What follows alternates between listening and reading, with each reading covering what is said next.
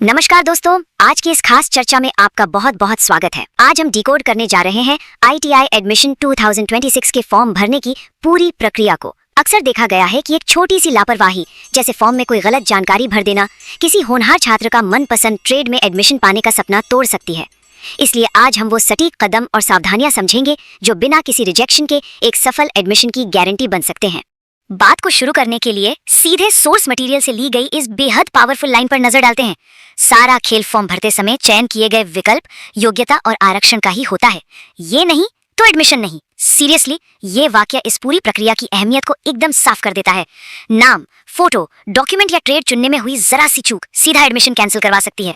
इस पूरी जटिल प्रक्रिया को आसानी से नेविगेट करने के लिए हमने इसे 5 बहुत ही लॉजिकल और क्रमिक चरणों में बांटा है।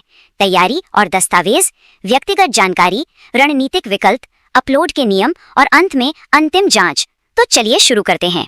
सबसे पहले बढ़ते हैं चरण 1 की तरफ, यानी तैयारी और आवश्यक दस्तावेज। देखते हैं कि कैसे ये एक त्रुटिहीन एप्लीकेशन की मजबूत नींव बनाता है। अब यहाँ सबसे पहला और सबसे बड़ा ट्रैप क्या है? वो है जल्दबाजी में साइबर कैफे की गलतियों या फर्जी वेबसाइट्स का शिकार होना। दूसरों पर आंख बंद करके भरोसा करने के बजाय सबसे सुरक्षित और पहला कदम यही है कि हमेशा ऑफिशियल ITI एडमिशन पोर्टल के URL की खुद अच्छी तरह पुष्टि की जाए। पोर्टल खोलने से पहले ही बिना किसी अफरा तफरी के इन 7 चीजों की एक चेकलिस्ट बिल्कुल तैयार होनी चाहिए। 10वीं की मार्कशीट, आधार कार्ड, जाति, निवास और आय प्रमाण पत्र के साथ साथ लेटेस्ट फोटो, हस्ताक्षर और एक चालू मोबाइल नंबर पहले से पास होना एकदम मस्ट है। आगे बढ़ते हैं चरण 2 पर, व्यक्तिगत और संपर्क जानकारी। सिस्टम में अपनी सटीक पहचान दर्ज करते समय डिटेल्स पर बारीकी से ध्यान देना बहुत ही ज्यादा जरूरी हो जाता है। ये पॉइंट बहुत ही ब्रिलियंट तरीके से समझाता है कि क्यों नाम और जन्मतिथि सख्ती से 10वीं की मार्कशीट और आधार कार्ड से 100% मैच होनी चाहिए। स्पेलिंग में एक सिंगल अक्षर का भी अंतर हुआ ना, तो भविष्य में स्कॉलरशिप और अप्रेंटिसशिप के मौकों पर भारी संकट आ सकता है। अगर कोई भी अंतर है तो फॉर्म भरने से पहले ही उसे सुधरवा लेना चाहिए। और हाँ, यहाँ एक और बात का खास ध्यान रखना है। फॉर्म में केवल वही मोबाइल नंबर और ईमेल ID देनी है जो परमानेंटली एक्टिव हो। किसी साइबर कैफे वाले या दूर के रिश्तेदार का नंबर देना बहुत भारी पड़ सकता है, क्योंकि सारे OTPs, मेरिट लिस्ट और काउंसलिंग की अपडेट्स सिर्फ उसी नंबर पर आएंगी। सोर्स भी साफ कहता है कि कोर्स के बीच में इन्हें बदलना सच में लगभग असंभव है। चलिए अब रुख करते हैं चरण 3 की तरफ, रणनीतिक विकल्प। ये इस पूरी चर्चा का सबसे अहम हिस्सा है, क्योंकि यही लिए गए फैसले भविष्य के करियर की दिशा तय करते हैं। पोर्टल पर अपनी योग्यता का चयन करना सिर्फ एक औपचारिकता नहीं है।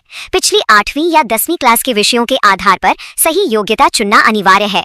अगर यहाँ गलती हुई तो पोर्टल पूरी तरह से गलत ट्रेड विकल्प दिखाने लगेगा और एडमिशन प्रक्रिया वहीं के वहीं अटक जाएगी। जब ट्रेड चुनने की बात आती है, जैसे इलेक्ट्रिशियन, फिटर या कोपा, तो आंख मूंद कर कुछ भी सिलेक्ट नहीं करना चाहिए। ग्रुप A और ग्रुप B दोनों के विकल्पों का अच्छे से एनालिसिस करना चाहिए। अपनी व्यक्तिगत रुचि, भविष्य में नौकरी की संभावना और ट्रेड के स्कोप का एक बैलेंस बनाकर ही सही डिसीजन लेना चाहिए।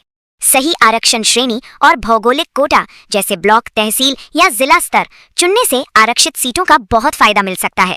लेकिन ध्यान रहे, अगर आरक्षण का कोई भी गलत विकल्प चुना गया या झूठा दावा किया गया तो डॉक्यूमेंट वेरिफिकेशन के समय एडमिशन बिना किसी देरी के रद्द कर दिया जाएगा। चाहे सरकारी ITI का टारगेट हो या प्राइवेट ITI का, किसी भी कॉलेज को इवैल्यूएट करने के लिए इस लॉजिकल 4 स्टेप सीक्वेंस को अपनाना चाहिए। सबसे पहले प्लेसमेंट का रिकॉर्ड चेक करें, फिर वहां की वर्कशॉप्स और प्रैक्टिकल फैसिलिटी देखें, घर से कॉलेज की दूरी नापें और लास्ट में उस कॉलेज के पिछले परीक्षा परिणामों को जरूर एनालाइज करें। इसके बाद आता है चरण 4, डॉक्यूमेंट अपलोड करने के नियम। डिजिटल दस्तावेजों को सिस्टम द्वारा एक्सेप्ट किए जाने के लिए कुछ टेक्निकल रूल्स को फॉलो करना जरूरी है। यहाँ दिशा निर्देश बहुत ही सख्त हैं। साफ सुथरी नई फोटो जिसका बैकग्राउंड एकदम नॉर्मल हो और सफेद कागज पर किए गए स्पष्ट हस्ताक्षर ही मान्य होंगे। अगर अपलोड की गई इमेज थोड़ी सी भी धुंधली हुई तो ये सीधा सीधा फॉर्म के रिजेक्शन का कारण बनेगी। और अब हम पहुंच गए हैं चरण 5 पर, अंतिम जांच। फॉर्म को फाइनलाइज करने से पहले ये एक ऐसा पॉइंट है जहां से वापसी संभव नहीं है। फाइनल सबमिट बटन दबाने से पहले एक प्रीव्यू ऑडिट बिल्कुल मस्ट है।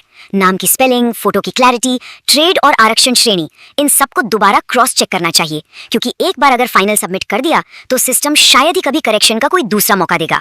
फॉर्म सक्सेसफुली सबमिट होने के बाद भी काम खत्म नहीं होता। भविष्य की काउंसलिंग और वेरिफिकेशन के लिए एप्लीकेशन नंबर को तुरंत नोट करना और फॉर्म की प्रिंटेड कॉपी के साथ साथ डिजिटल PDF को सुरक्षित रखना अनिवार्य है। इसे किसी भी कीमत पर इग्नोर नहीं किया जा सकता। सोर्स मटेरियल 2026 के लिए कुछ बहुत ही स्पष्ट और सुनहरे नियमों के साथ खत्म होता है। ये साफ कहता है कि छात्रों को अपने भविष्य की पूरी जिम्मेदारी खुद लेनी चाहिए।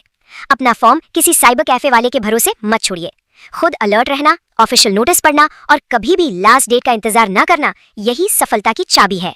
तो जैसे ही हम अपनी आज की इस चर्चा को खत्म करते हैं, ये आखिरी सवाल एक बड़ी चुनौती पेश करता है। क्या आपका अंतिम एप्लीकेशन पूरी तरह से सुरक्षित और वेरीफाइड है, या किसी तीसरे पक्ष की जल्दबाजी में की गई एक गलती पूरे 1 साल को बर्बाद कर देगी? ITI एडमिशन की ये पूरी जर्नी आपके हाथ में है। इसे सावधानी से पूरा करें ताकि कोई भी चूक आपके करियर पर भारी न पड़े। सीख